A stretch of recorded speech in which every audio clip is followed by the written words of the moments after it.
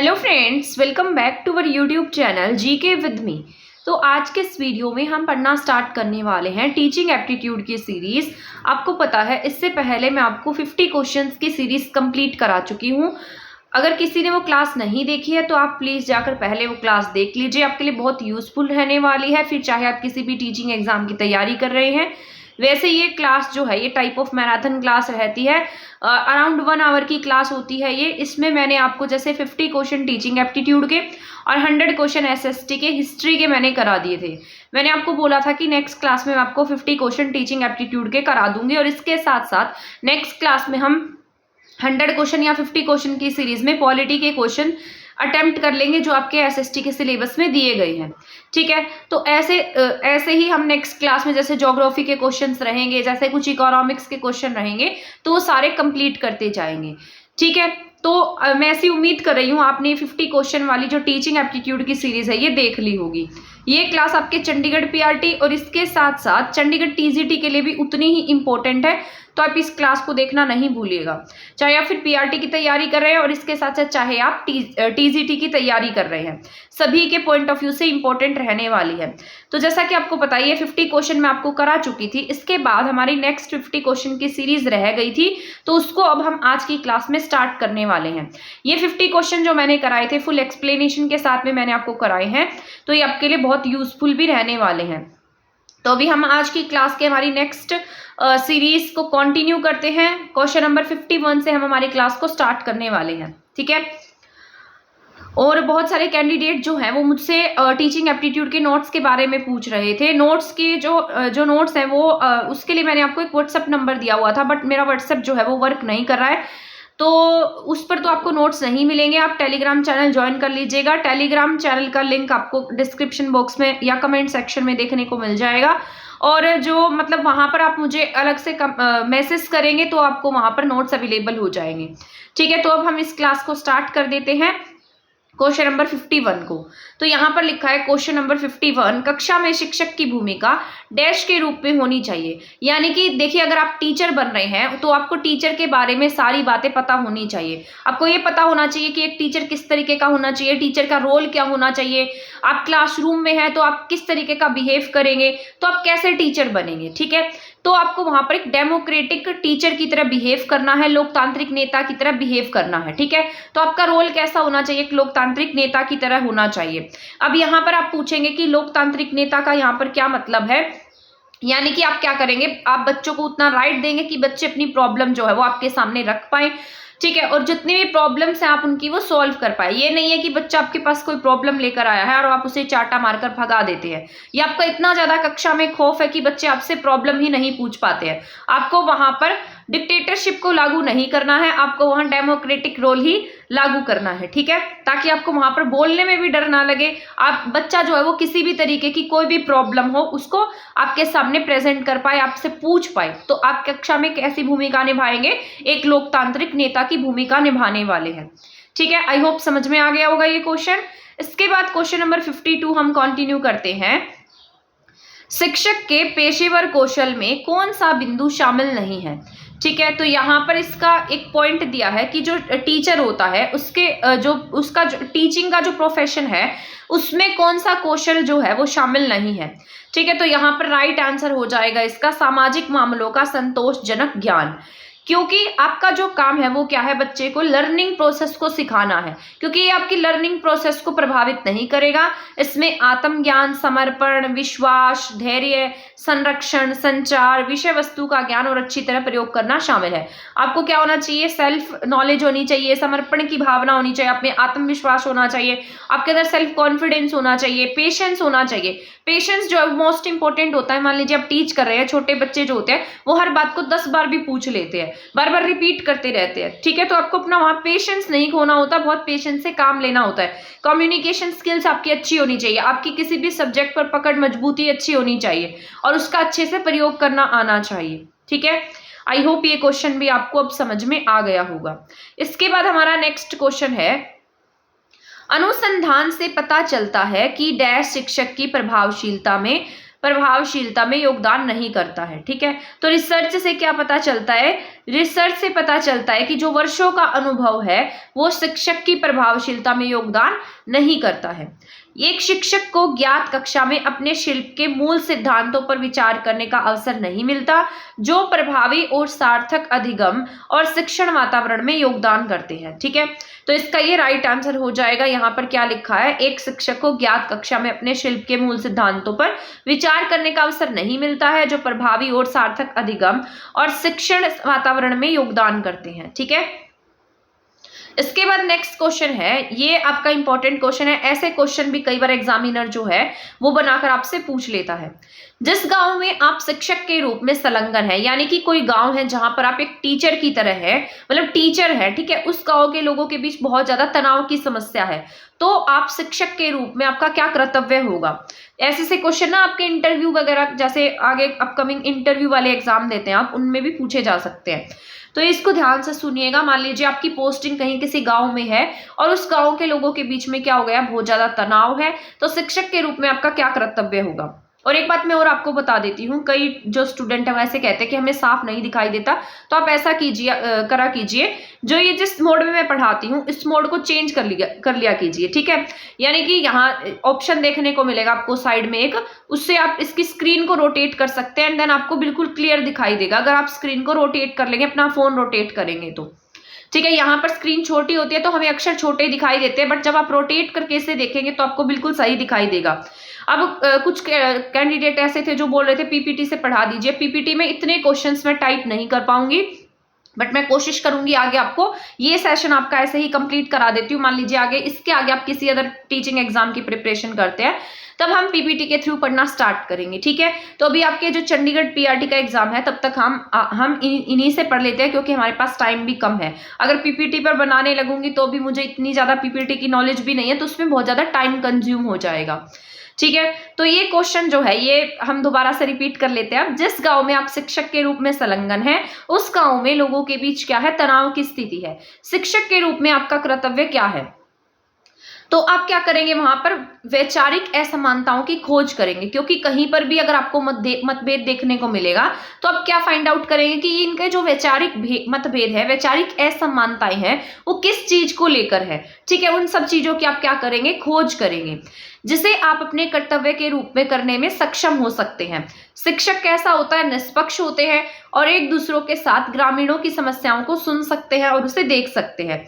एक शिक्षक के रूप में आप कमियों को दूर करने के लिए पहल कर सकते हैं और इस प्रकार समस्या का समाधान कर सकते हैं। आप क्या करेंगे? आप एक टीचर हैं तो टीचर का जो रवैया है वो किसी भी पक्ष की तरफ ना होकर कैसा रहेगा? निष्पक्ष रहेगा। ठीक है, तो आप क्या करेंगे? ग्रामीणों की समस्याओं को सुन सकते हैं, देख सकते हैं। एक शिक्षक के रूप में आप उन कमियों को दूर करने की पहल कर सकते हैं, इस प्रकार समस्या का समाधान कर सकते हैं। ठीक है, आ गया समझ में? इसके बाद हमारा नेक्स्ट क्वेश्चन है, एक प्रभावी शिक्षक बनने के लिए निम्न में से क्या आवश्यक है? मान लीजिए आप एक इफेक्टिव टीचर बनना चाहते हैं, प्रभावी टीचर बनना चाहते हैं, तो उनमें से आप क्या करेंगे? आपका काम होगा, आप क्या करेंगे? प्रत्येक बच्चे को जानने का प्रयास करेंगे। मान लीजिए आप कहीं पर न्यू टीचर नियुक्त हुए हैं, नई टीचिंग करने लगे हैं या नए टीचर के रूप में गए हैं, ठीक है, तो वहां पर आप क्या करेंगे? तो आप क्या करेंगे? वहां के बच्चे जो है, क्लासरूम में जो बच्चे हैं उन्हें जानेंगे। ठीक है, जैसे आप पहले दिन क्लासरूम में जाते हैं, सभी बच्चों के नाम पूछते हैं, ठीक है, उनसे उनकी जो भी इंटरेस्ट होता है उसको जानते हैं एंड देन हम पढ़ाते हैं, थोड़ा सा पढ़ाते हैं फर्स्ट दिन जब जाते हैं तो, ठीक है, इससे क्या होता है? बच्चों की रुचि डेवलप होती है और आप बच्चों को जानते हैं, उससे बच्चों को जानने में हेल्प मिलती है। तो एक प्रभावी शिक्षक के रूप में आप सबसे पहले प्रत्येक बच्चे को जानने का प्रयास करेंगे। ठीक है, इसके बाद हमारा नेक्स्ट क्वेश्चन है, एक शिक्षक को कब सफल माना जाता है? या मान लीजिए आप टीचर बन गए, आप चंडीगढ़ पीआरटी में लग जाते हैं, तो आप एक सफल शिक्षक कब कहे जाएंगे? ठीक है, तो यहाँ पर इसका राइट आंसर है, यदि वह विषय वस्तु को सुव्यवस्थित तरीके से प्रस्तुत करता है।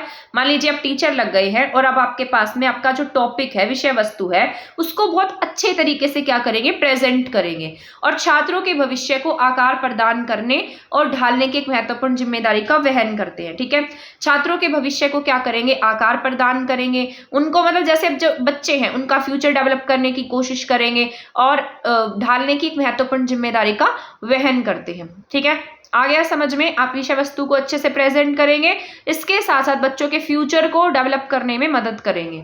तो ये क्या होगी आपकी एक शिक्षक, आप तभी एक सफल शिक्षक माने जाएंगे। इसके बाद नेक्स्ट क्वेश्चन है, शिक्षकों को डैश के लिए सेवाकालीन प्रशिक्षण से गुजरना पड़ता है। तो अपनी व्यावसायिक दक्षताओं को निरंतर उन्नयन पदोन्नति के लिए क्या करना पड़ता है, एक मतलब ट्रेनिंग से गुजरना पड़ता है। आप किसी भी फील्ड में जाते हैं वहां पर आपकी ट्रेनिंग होती है। तो ट्रेनिंग किससे लिए होती है, आपकी जो भी दक्षताएं, आपकी स्किल्स है उसको बेटर करना, इसके साथ साथ आपकी पदोन्नति भी उसमें शामिल होती है। ठीक है, आप कुछ ना कुछ उसमें मतलब मॉडिफाई करते जाते हैं, अपने आप को और अच्छा बनाते जाते हैं। ठीक है, प्रशिक्षण को 3 चरणों में रखा गया है, यानी कि जो आपकी ट्रेनिंग होती है इसे कितने भाग में बांटा गया है, 3 चरणों में रखा गया है। सेवा पूर्ण प्रशिक्षण, यानी कि आप टीचर नहीं बने हैं, टीचर बनने से पहले आपकी ट्रेनिंग होगी। ठीक है, इसके बाद अनुगम अर्थात शामिल होने के समय, जब आप टीचर बन जाते हैं तब। उसके बाद सेवाकालीन प्रशिक्षण नियोजित अवधि के दौरान, तो ये लास्ट पीरियड में होती है। तो 3 टाइप में इसको बांटा गया है। एक, जब आप टीचर नहीं बने हैं, मतलब उससे होने से पहले आपको ट्रेनिंग दी जाएगी। उसके बाद जो आपका टाइम पीरियड है, अनुगम अर्थात शामिल होने के समय आपकी ट्रेनिंग होगी। उसके बाद सेवाकालीन प्रशिक्षण नियोजित अवधि के दौरान, एक टाइम निश्चित टाइम पीरियड के दौरान आपकी ट्रेनिंग होती है। ठीक है, तो 3 तरीके से प्रशिक्षण की बात कही गई है। इसके बाद हमारा नेक्स्ट क्वेश्चन है, छात्रों का एक समूह दूसरे छात्रों को परेशान करते हुए पाया गया, आपकी प्रतिक्रिया क्या होनी चाहिए। आप एक क्लासरूम में हैं और वहां पर आप देखते हैं कि कुछ स्टूडेंट हैं, उस आपकी क्लासरूम में एक ग्रुप स्टूडेंट्स का है जो दूसरे ग्रुप के स्टूडेंट को परेशान करता है, तो आप वहां पर क्या करेंगे। ठीक है, तो छात्रों को व्यक्तिगत रूप से सलाह दें, इससे शिक्षकों को नियमन में मदद मिलेगी। ठीक है, आप क्या करेंगे, वहां पर बच्चों को सलाह देंगे, बच्चों की समस्याएं जो हैं उनके कारणों को पहचानेंगे, बच्चों के जो अस्वीकार्य व्यवहार है उसे अच्छी तरह मतलब उस व्यवहार से अच्छी तरह व्यवहार करें, ये सब कहेंगे, उनका मार्गदर्शन करेंगे। ठीक है, ये नहीं है कि बच्चों को पकड़कर पीट देंगे, हम वहां पर बच्चों को अच्छे से समझाएंगे, उनकी समस्या को जानने की कोशिश करेंगे, उनके कारणों का पता लगाएंगे, सही तरीके से उनका मार्गदर्शन करने वाले हैं।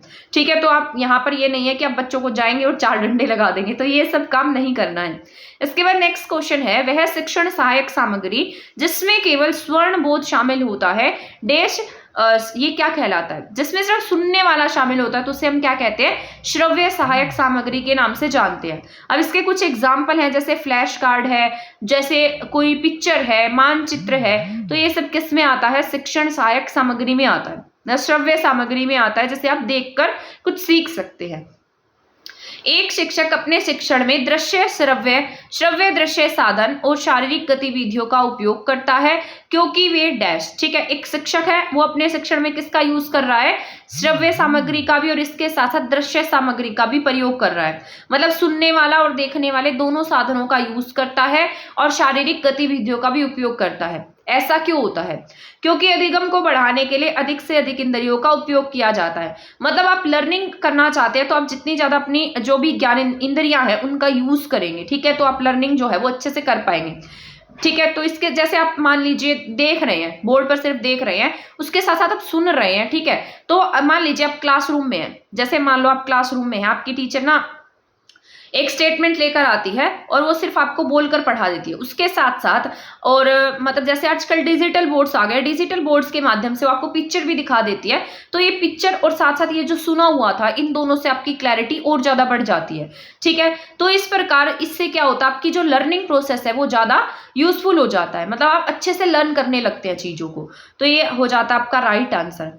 इसके बाद नेक्स्ट क्वेश्चन है हमारा, एक स्वदेशी शिक्षण सामग्री नहीं होती, दूर स्थान की सामग्री से बनी हुई। ठीक है, तो बस इसको एक बार रीड कर लेना है। इसके बाद ये इंपॉर्टेंट है हमारा, इसको अच्छे से पढ़ना है। 1 सेकेंड। इसके बाद हमारा नेक्स्ट क्वेश्चन है, निम्न में कौन सी त्रिआयामी सहायक सामग्री है। ठीक है, तो इसमें मॉडल जो है वो क्या होता है, त्रिआयामी सहायक सामग्री होती है। मॉडल जो है एक कॉन्क्रीट रिप्रेजेंटेशन होता है।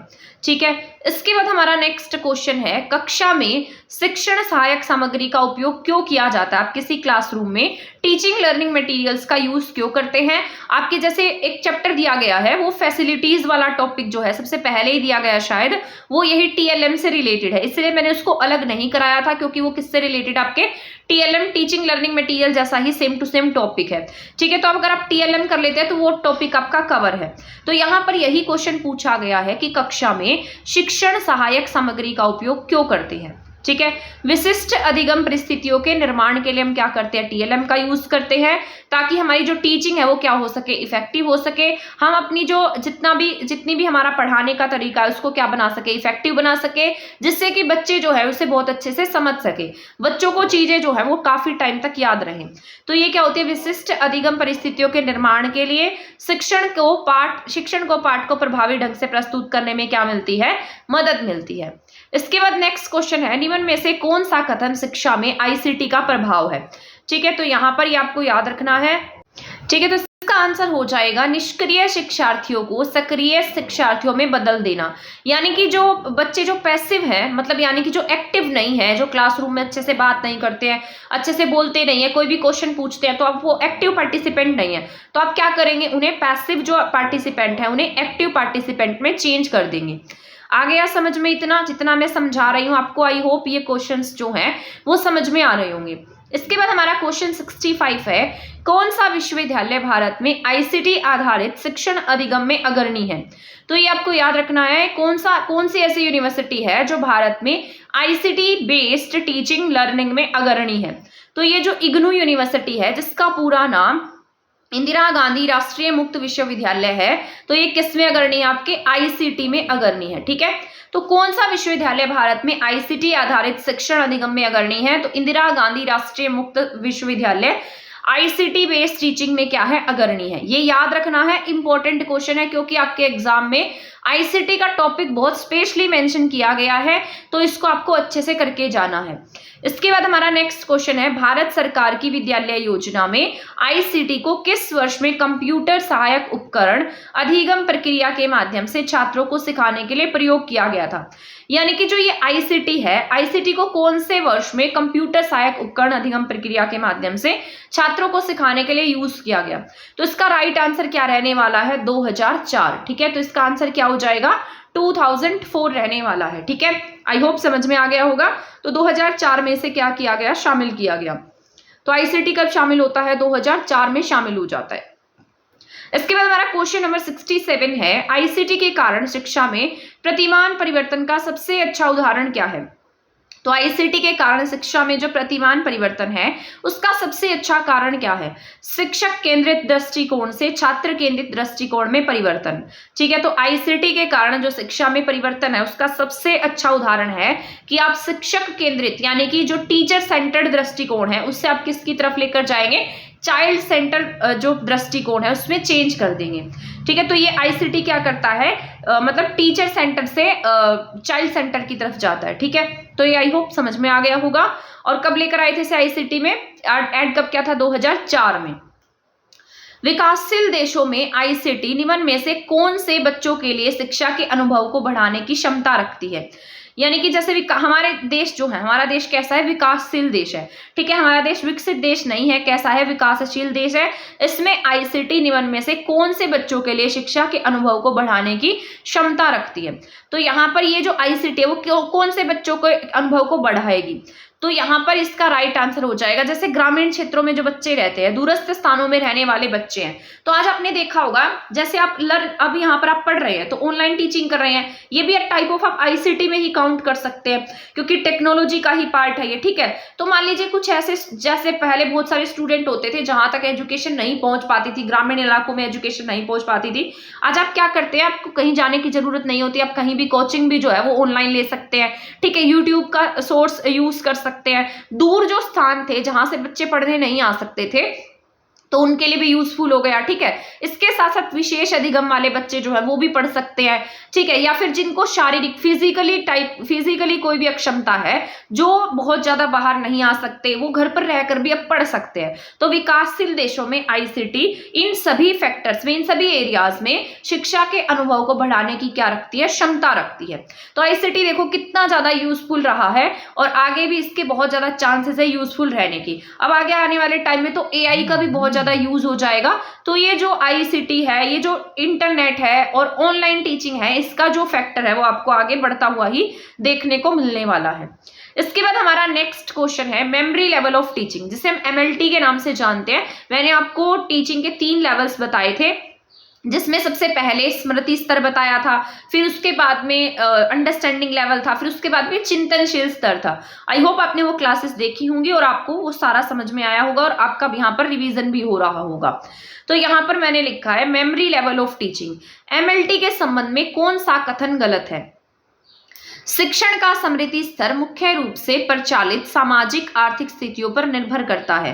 ठीक है, तो शिक्षण का जो मेमोरी लेवल है वो किस पर डिपेंड करता है? सामाजिक आर्थिक स्थितियों पर डिपेंड करता है। तो मैंने बताया था जो ये मेमोरी लेवल है ये छोटे बच्चों के लिए ज्यादा यूजफुल होता है, क्योंकि आपको पता है हम छोटे बच्चों को कुछ भी याद कराते हैं तो उन्हें बहुत बार बार बोलकर याद कराना पड़ता है, वहां पर उनकी अंडरस्टैंडिंग लेवल बहुत ज्यादा अच्छी नहीं होती है। ठीक है, तो हमें वहां पर किसका यूज करना पड़ता है? उनके मेमोरी लेवल का यूज करते हैं। तो मेमोरी लेवल ऑफ टीचिंग के संबंध में कौन सा गलत है? तो यहाँ पर ये पॉइंट जो था वो गलत था। ठीक है, इन्होंने क्या पूछा है? गलत के बारे में पूछा है। तो इसमें कुछ ऑप्शंस दिए गए थे, जिसमें से ये वाला जो था वो रॉन्ग था कि जो स्मृति स्तर है वो मुख्य रूप से किस पर डिपेंड करेगा? सामाजिक आर्थिक स्थितियों पर डिपेंड करेगा। ऐसा इसमें कुछ भी नहीं है। ठीक है, आई होप समझ में आया होगा ये क्वेश्चन आपको। इसके बाद हमारा क्वेश्चन नंबर 70 है सूक्ष्म शिक्षण से संबंधित है, यानी कि आपकी जो माइक्रो टीचिंग है, मैंने आपको बताया था माइक्रो टीचिंग होती है, मैक्रो टीचिंग होती है। तो जो माइक्रो टीचिंग है वो किससे रिलेटेड है? ठीक है, तो माइक्रो टीचिंग जो है वो आपके शिक्षण तकनीक से संबंधित है। आपकी टीचिंग जो टेक्निक्स है उनसे रिलेटेड है आपकी माइक्रो टीचिंग। ठीक है, समझ में आ गया। इसके बाद हमारा नेक्स्ट क्वेश्चन है पाठ नियोजन की 5 चरणबद्ध प्रणाली किसने शुरू की? जो लेसन प्लान होता है उसकी जो 5 चरणबद्ध सीरीज में जो प्रणाली है उसको किसने शुरू किया था? तो पाठ नियोजन की 5 चरणबद्ध प्रणाली जो है वो हर्बर्ट ने शुरू की है। इसके 5 चरण हैं। सबसे पहले आप क्या करते हैं? तैयारी करते हैं, प्लानिंग करते हैं। उसके बाद आप क्या करते हैं? उस चीज को प्रेजेंट करते हैं, प्रेजेंटेशन देते हैं। फिर आप उसको एसोसिएट करते हैं, फिर जनरलाइजेशन करते हैं और आवेदन करते हैं। तो ये हर्बर्ट के 5 चरणबद्ध प्रणाली थी, जिसमें सबसे पहले तैयारी की बात कही गई, फिर प्रस्तुति की बात कही गई है, इसके बाद एसोसिएशन की बात है, फिर जनरलाइजेशन सामान्यीकरण करेंगे, फिर आवेदन करेंगे। ठीक है, तो ये 5 क्या है? हर्बर्ट के लेसन प्लान के चरणबद्ध तरीके हैं या प्रणाली हैं। इसके बाद हमारा नेक्स्ट क्वेश्चन है स्मृति और बोध स्तर के शिक्षण प्रतिमानों की संरचना में कौन सा वाक्य विन्यास महत्वपूर्ण है? ये आज की क्लास जो है ये आपकी बहुत ज्यादा लेंथी भी नहीं रहने वाली है, राउंड ऑफ 30 या 35 मिनट्स की रहेगी, इससे ज्यादा आपकी ये क्लास नहीं रहेगी। ठीक है, तो आपके इसमें 50 क्वेश्चंस कवर भी हो जाएंगे और आप इसमें बोर भी नहीं होंगे, ज्यादा टाइम भी नहीं लगेगा और 50 क्वेश्चंस भी कवर रह जाएंगे। ठीक है, इसके बाद शायद मैं देखूंगी शाम तक या फिर कल तक आपको पॉलिटी के क्वेश्चंस करा दूंगी। तो यहाँ पर लिखा है स्मृति और बोध स्तर के शिक्षण प्रतिमानों की संरचना में कौन सा वाक्य विन्यास महत्वपूर्ण है? तो आप यहाँ पर क्या दे रहे हैं? जो प्रस्तुतिकरण कर रहे हैं, रिप्रेजेंट कर रहे हैं किसी चीज को, वो क्या है? वाक्य विन्यास में महत्वपूर्ण है। शिक्षण अधिगम के 3 स्तर है। यहाँ पर मैंने आपको बताया भी था यहाँ पर सबसे पहले। ठीक है, तो यहाँ पर शिक्षण अधिगम के 3 स्तर हैं, जिसमें से स्मृति स्तर है, बोध स्तर है और इसके बाद में चिंतनशील स्तर है। स्मृति जिसको हम मेमोरी लेवल के नाम से जानते हैं, फिर अंडरस्टैंडिंग लेवल आता है और उसके बाद में जो थॉटफुल वाला है जिसे हम हाई लेवल के नाम से भी जानते हैं। तो ये सबसे हाई लेवल पर रहता है, जिसे हम चिंतनशील स्तर के नाम से जानते हैं। इसके बाद हमारा नेक्स्ट क्वेश्चन है पाठ्यक्रम मॉडल देने का श्रेय किसे दिया जाता है? तो जो ये पाठ्यक्रम मॉडल है इसका श्रेय किसे जाता है? इसका श्रेय जाता है हिल्डा ताबा को। ठीक है, इसके बाद नेक्स्ट क्वेश्चन है हमारा निम्न में से कौन सा स्तर शिक्षण है? तो यहाँ पर रिफ्लेक्टिव स्तर जो है वो क्या कहा जाता है? शिक्षण स्तर है। शिक्षण का स्मृति स्तर होता है, समझ होता है और विचारात्मक स्तर रहता है। चिंतनशील स्तर पर शिक्षण है, यहाँ पर ये जो थर्ड लेवल है जो सबसे ऊपरी कहा जाता है, तो चिंतनशील स्तर पर शिक्षण कैसा है, ये ना तो यहाँ पर टीचर सेंटर्ड है और ना ही यहाँ पर कोई भी विषय कंटेंट सेंटर है। ठीक है, तो यहाँ ना तो शिक्षक केंद्रित है और ना ही विषय वस्तु केंद्रित है। इस ढांचे में पढ़ाने की विधि जो है समस्याओं और समाधानों की जांच बन जाती है। शिक्षार्थी इस दृष्टिकोण का केंद्र है। इस दृष्टिकोण में शिक्षार्थी समाधान का पता लगाने के लिए समस्या में गोता लगाते हैं। ठीक है, यहाँ पर बच्चे जो है ना वो खुद से थॉटफुल रहते हैं, खुद से अपनी प्रॉब्लम्स की जांच करते हैं, खुद अपनी प्रॉब्लम को जो मतलब सॉल्व करते हैं। ठीक है, शिक्षार्थी इस दृष्टिकोण का सेंटर होते हैं, मतलब सेंटर में यहाँ पर बच्चे रहते हैं और शिक्षार्थी समाधान का पता लगाने की कोशिश करते हैं। ठीक है, प्रॉब्लम्स को सॉल्व करने की कोशिश करेंगे, उनके सॉल्यूशन को फाइंड आउट करने की अपने आप कोशिश करते हैं।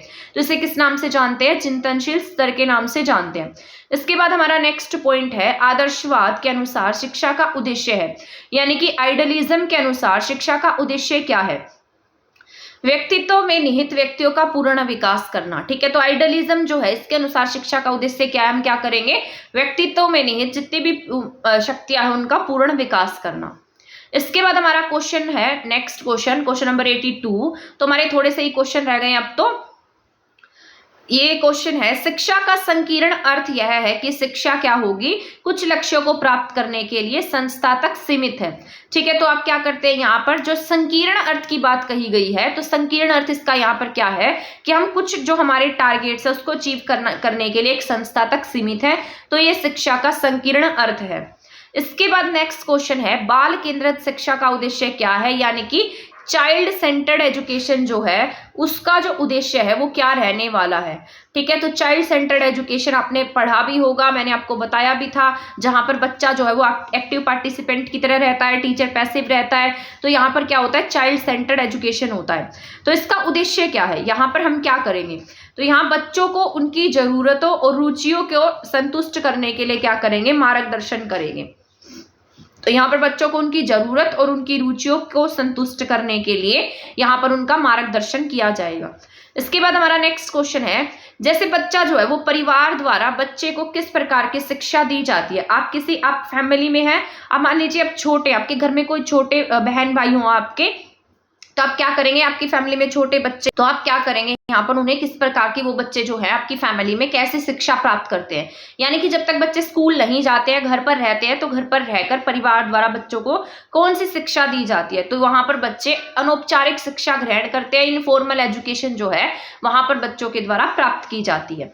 इसके बाद हमारा नेक्स्ट क्वेश्चन है समावेशी शिक्षा की सिफारिश करने वालों का मानना है कि, यानी कि जिन्होंने इंक्लूसिव एजुकेशन को प्रमोट किया था, सिफारिश की थी, उनका क्या मानना है।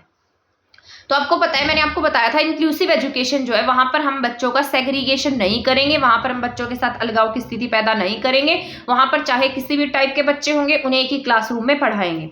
ठीक है, तो यहाँ पर क्या है, समावेशी शिक्षा की सिफारिश करने वालों का मानना है कि हम अन्य बच्चों के साथ दिव्यांग बच्चों को नियमित कक्षा में शिक्षित करेंगे। ठीक है, तो मान लीजिए कक्षा में आपकी क्लासरूम में कोई जो डिसेबल चाइल्ड है या फिर कोई स्पेशल चाइल्ड है, उनको अलग से नहीं पढ़ाएंगे, सेग्रीगेट नहीं करेंगे। वहां पर सभी बच्चों के अनुसार ही फैसिलिटीज होंगी, वैसा ही स्कूल का स्ट्रक्चर बनाया जाएगा, तभी उसे हम क्या कहते हैं, समावेशी शिक्षा कहेंगे। ठीक है, जहां पर हम बच्चे को सेग्रीगेट नहीं कर रहे हैं। इसके बाद नेक्स्ट क्वेश्चन आपका इंपॉर्टेंट रहने वाला है, मोस्ट इंपॉर्टेंट क्वेश्चन है, इसको आप ध्यान से सुनिएगा। तो एक क्वेश्चन लिखा है एकीकृत बाल विकास योजना, जिसे हम ICDS के नाम से जानते हैं, इंटीग्रेटेड चाइल्ड डेवलपमेंट स्कीम, इसके अनुसार गैर औपचारिक पूर्व विद्यालय शिक्षा डैश होनी चाहिए। ठीक है, तो यहाँ पर क्या लिखा है, इंटीग्रेटेड चाइल्ड डेवलपमेंट स्कीम के अनुसार गैर औपचारिक पूर्व विद्यालय शिक्षा कैसी होनी चाहिए, गतिविधि आधारित, यानी कि एक्टिविटी बेस होनी चाहिए। ठीक है, तो कैसी होगी, एक्टिविटी बेस होगी। तो ICDS के अनुसार आप जो गैर औपचारिक पूर्व विद्यालय शिक्षा है वो कैसी होगी, एक्टिविटी बेस रहने वाली है। ठीक है, ICDS की बात करते हैं तो ICDS जो है वो 1975 में स्टार्ट होता है। अगर हम इसके उद्देश्य की बात करते हैं तो इसका उद्देश्य था कुपोषण, स्वास्थ्य, छोटे बच्चों, गर्भवती माताओं की विकास आवश्यकताओं को पूरा करना। तो ये ICDS का टारगेट था कि हम क्या करेंगे, जिन बच्चों को कोई हेल्थ से रिलेटेड प्रॉब्लम है या कुपोषण से से ग्रसित है, छोटे बच्चे हैं, गर्भवती महिलाएं हैं, उनके विकास को लेकर काम करेंगे, उनकी विकास आवश्यकताओं को पूरा करेंगे। तो ये ICDS का उद्देश्य था। ठीक है, यहाँ पर बच्चे को क्या कहा गया है कि आप जो गैर औपचारिक शिक्षा है वो कैसे देंगे, गतिविधि आधारित यानी कि एक्टिविटी बेस देने वाले हैं। इसके बाद हमारा नेक्स्ट क्वेश्चन है, विशेष आवश्यकताओं वाले बच्चों की शिक्षा कैसी होनी चाहिए, जो स्पेशल चाइल्ड है उनकी एजुकेशन कैसी होनी चाहिए, किस प्रकार की होनी चाहिए। उन्हें समान विद्यालय, यही पॉइंट मैंने अभी आपको बताया था, जो भी जहां पर भी आपको स्पेशल चाइल्ड दिखाई दे या फिर कोई भी किसी भी टाइप के अलग से बच्चे दिखाई देते हैं तो उन्हें हम सेग्रीगेट नहीं करने वाले हैं। जहां पर भी हमें सेग्रीगेशन शब्द मिलेगा उसको सबसे पहले हम गलत लिख देंगे, या फिर आपको ऑप्शन में कहीं भी ओनली शब्द दिखाई दे तो वो भी नेगेटिव सेंस वाला वर्ड होता है, वो भी आपका आंसर कभी नहीं रहता है। ठीक है, ओनली, सेग्रीगेशन, ये आपके आंसर नहीं होंगे। और एक और बात बता देती हूँ, जहां पर भी आपको एक तरीके से ऐसे ऑप्शंस दिए गए हों जिसमें बच्चे की गलती बताई गई हो तो वो भी आपका आंसर कभी नहीं होता है। हमेशा गलती टीचर की होती है, स्टूडेंट की गलती नहीं होती है। ठीक है, तो कभी आप स्टूडेंट की गलती लिख कर आ जाए तो वो भी ध्यान रखना है। उन्हें समान विद्यालय में ही शिक्षा विशेषज्ञों से मदद से शिक्षा देनी चाहिए। इसके बाद यहाँ पर अगर हम नेक्स्ट क्वेश्चन की बात करते हैं, मोस्ट इंपॉर्टेंट क्वेश्चन है, बुनियादी शिक्षा किस पर आधारित है, बुनियादी शिक्षा किस पर केंद्रित है, बेसिक एजुकेशन किस पर केंद्रित है। आपको पता है बुनियादी शिक्षा का जो ये है टर्म है, किसके द्वारा लाई गई थी, महात्मा गांधी के द्वारा वर्धा शिखर सम्मेलन में इस बात को लाई गई थी। ठीक है, क्योंकि महात्मा गांधी जो थे वो इंग्लिश एजुकेशन के विरुद्ध थे। वो ये चाहते थे कि हम बच्चों के अंदर स्किल्स को डेवलप करें, वहीं पर बच्चों के अंदर ऐसी स्किल पैदा करें जिससे कि वो अपना रोजगार खुद से फाइंड आउट कर सके। जब भी आपने देखा होगा आपके आज जो आपकी न्यू एजुकेशन पॉलिसी है उसमें वोकेशनल एजुकेशन की बात कही गई है, क्लास 6 से आप बच्चे को वोकेशनल एजुकेशन देंगे। तो यहाँ पर बुनियादी शिक्षा केंद्रित है गतिविधि, हस्तशिल्प और छात्र पर। आर्थिक सहायता, जैसे यहाँ पर गतिविधि पर बेस होगी, हस्तशिल्प पर बेस होगी, महात्मा गांधी द्वारा वर्धा शिखर में से प्रस्तावित किया गया था। इसके बाद हमारा नेक्स्ट क्वेश्चन है, प्रभावी शिक्षक के पास एक क्या रहता है। ठीक है, तो प्रभावी शिक्षक के पास एक डैश रहता है, तो इसके पास बहुमुखी व्यक्तित्व होता है। तो एक टीचर के पास क्या होगा, मतलब बहुमुखी व्यक्तित्व होगा, उसकी जो पर्सनैलिटी है वो कैसी होगी, बहुमुखी होगी, वो हर चीज में क्या होगा, मतलब बहुत अच्छा होगा। इसके बाद हमारा नेक्स्ट क्वेश्चन है, कक्षा 4 की छात्रा शिवांगी आमतौर पर चुपचाप अपने सहपाठी से जुड़ी चीजें ले जाती है, मतलब कि वो चोरी करती है। ठीक है, शिक्षक को डैश कारणों को समझने की कोशिश करनी चाहिए और उसे समझाना चाहिए। मान लीजिए आपकी क्लासरूम में कोई ऐसा बच्चा है जो चोरी छुपे क्या करता है, चोरी कर लेता है और आपको उसका पता लग जाता है, तो आप क्लासरूम में क्या करेंगे, आप ये तो नहीं है सभी बच्चों के सामने उसे डांट देंगे, मारेंगे, ऐसा नहीं करेंगे। आप उसके कारणों को जानने की कोशिश करेंगे सबसे पहले कि उसने उसके बैग में से कोई भी चीज चुराई तो क्यों चुराई। उसके बाद आप उसे क्या करेंगे, उसका सॉल्यूशन देंगे, उसे समझाएंगे कि चोरी करना गलत बात होती है, मतलब उसको अच्छे से समझाएंगे ताकि बच्चा जो है आगे जो भी ये चोरी वगैरह के काम है ये ना करे। ठीक है, इसके बाद हमारा नेक्स्ट क्वेश्चन है, नवनियुक्त शिक्षक के रूप में, यानी कि आप नए नए टीचर लगे हैं तो आप पहले दिन कक्षा में क्या नहीं करेंगे। ठीक है, मान लीजिए आप चंडीगढ़ PRT में लग गए हैं, TGT में लग गए हैं, तो आप क्लासरूम में जा रहे हैं, तो आप क्या नहीं करेंगे, सबसे पहले जाकर पिछली कक्षा के छात्रों के अंक और प्रतिशत पूछे, ये नहीं करेंगे। ठीक है, आप उनसे नाम पूछ लीजिए, उनके इंटरेस्ट पूछिए, उनकी हॉबीज पूछिए। ठीक है, तो आप उनसे उनकी जो ग्रेडिंग सिस्टम है ये सब नहीं पूछने वाले हैं। इसके बाद नेक्स्ट क्वेश्चन है, शिक्षण से पहले शिक्षण के प्रशिक्षण में डैश शामिल होता है, तो उसमें उद्देश्य शामिल होगा, मूर्त पाठ योजना की तैयारी शामिल होती है, छात्रों की रुचि को जानना उसमें शामिल होता है। तो शिक्षण से पहले शिक्षक के प्रशिक्षण में उद्देश्य, मूर्त पाठ योजना की तैयारी, छात्रों की रुचि को जानना शामिल है। इसके बाद नेक्स्ट क्वेश्चन है, निम्न में से किसे प्राथमिक स्तर पर शिक्षक का सबसे महत्वपूर्ण गुण माना गया है। तो ये मैंने अभी आपको बताया भी था, एक्सप्लेन भी किया था कि आप किसी भी लेवल पर है, वैसे आप चाहे आप कोई भी टीचर बन रहे हैं तो आपके अंदर पेशेंस जरूर होना चाहिए। बट अगर आप मान लीजिए प्राइमरी टीचर बनने जा रहे हैं तो अब आपको बहुत ज्यादा पेशेंस की नीड होगी। मैं खुद छोटे बच्चों को पढ़ाती हूँ तो मुझे पता है वहां पर कितना पेशेंस रखना पड़ता है। छोटे बच्चे जो होते हैं एक बात को 10 बार तक रिपीट करके पूछते रहते हैं, और जब तक उन्हें ये नहीं कहा जाता कि आपका ये किया हुआ जो क्वेश्चन है वो सही है या जो आपने ABCD लिखा है वो सही लिखा है, तब तक वो आपसे पूछते रहते हैं। तो आपको वहां पर बहुत ज्यादा पेशेंस की और दृढ़ता की नीड होनी चाहिए। ठीक है, वो आपका महत्वपूर्ण गुण माना जाएगा अगर आप प्राथमिक स्तर पर शिक्षक बन रहे हैं तो। ठीक है, तो ये आपका इंपॉर्टेंट क्वेश्चन है, ऐसे क्वेश्चन आपको ध्यान में रखने हैं। इसके बाद हमारा नेक्स्ट क्वेश्चन है, निम्न में से कौन से शिक्षण पेशे की मांग है। सार्वजनिक बोलने की क्षमता जो है वो क्या है, आपके शिक्षण पेशे की मांग है। इसके बाद जियो बोर्ड से रिलेटेड क्वेश्चन है। जियो बोर्ड आपको पता है मैथमेटिक्स में यूज होता है, तो जियो बोर्ड का प्रयोग डैश सिखाने के लिए किया जाता है। तो किसके लिए आप जियो बोर्ड का यूज करते हैं, रेखाओं और किरणों की मूल अवधारणा के लिए किसका यूज करेंगे, आप जियो बोर्ड का यूज करेंगे। ठीक है, इसके बाद हमारा नेक्स्ट पॉइंट है, निम्न 4 शिक्षण सहायक सामग्रियों में से कौन सी दृश्य सामग्री है। तो वहां पर 3 ऑप्शंस और दिए गए थे जो श्रव्य सामग्रियों से रिलेटेड थे, लेकिन इसमें ये जो दृश्य सामग्री है जिसे आप देख सकते हैं, तो जो पिक्चर है उनसे आप क्या कर सकते हैं, देख सकते हैं, तो ये क्या है, आपकी दृश्य सामग्री है। तो राइट आंसर क्या हो जाएगा, चित्र हो जाएगा। ठीक है, कई बार ये प्रोजेक्टेड एड्स में से भी क्वेश्चंस आ जाते हैं, तो इनको भी आपको अच्छे से करना है। निम्न में से कौन सी प्रोजेक्टेड एड्स हैं, प्रोजेक्टेड एड्स कौन सी है इसमें से, तो OHP यानी कि ओवरहेड प्रोजेक्टर्स जो हैं वो आपकी प्रोजेक्टेड एड्स में शामिल हैं। अगर हम नॉन प्रोजेक्टेड एड्स की बात करते हैं तो इसमें जैसे टैप रिकॉर्डर्स हैं, ये किस में आते हैं, नॉन प्रोजेक्टेड एड्स में आते हैं, जिन्हें कहीं भी प्रक्षेपित करने की जरूरत नहीं होती है, वो नॉन प्रोजेक्टेड एड्स में शामिल होते हैं। आपने अपने स्कूल में प्रोजेक्टर्स भी देखे होंगे, तो वो सब क्या है, प्रोजेक्टेड एड्स हैं। इसके बाद अगर हम नेक्स्ट पॉइंट की बात करते हैं, आपसे TLM का नाम भी पूछा जा सकता है, तो TLM का संक्षिप्त रूप जो है वो क्या है। तो TLM जो है उसे हम अगर शॉर्ट फॉर्म में बात करते हैं तो टीचिंग लर्निंग मटेरियल जो है उसे हम क्या कहते हैं, शिक्षण अधिगम सामग्री भी कह सकते हैं, या TLM कह सकते हैं, टीचिंग लर्निंग मटेरियल कह सकते हैं। TLM का पूरा नाम टीचिंग लर्निंग मटेरियल है।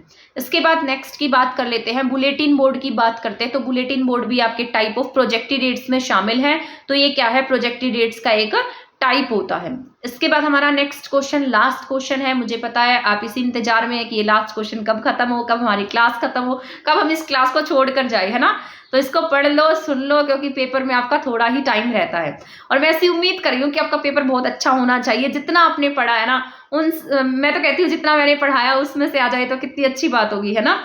तो ये तो मुझे भी है कि आपका पेपर अच्छा हो, अच्छा पेपर आए, आप अच्छे से करके आए, आप सभी टीचर लग जाएं, ठीक है, जिसने भी मेहनत की है उसका सिलेक्शन हो जाए, तो मैं तो यही चाहती हूँ। ठीक है, तो ये लास्ट क्वेश्चन है आपका, शिक्षण के बारे में कौन सा कथन सत्य है।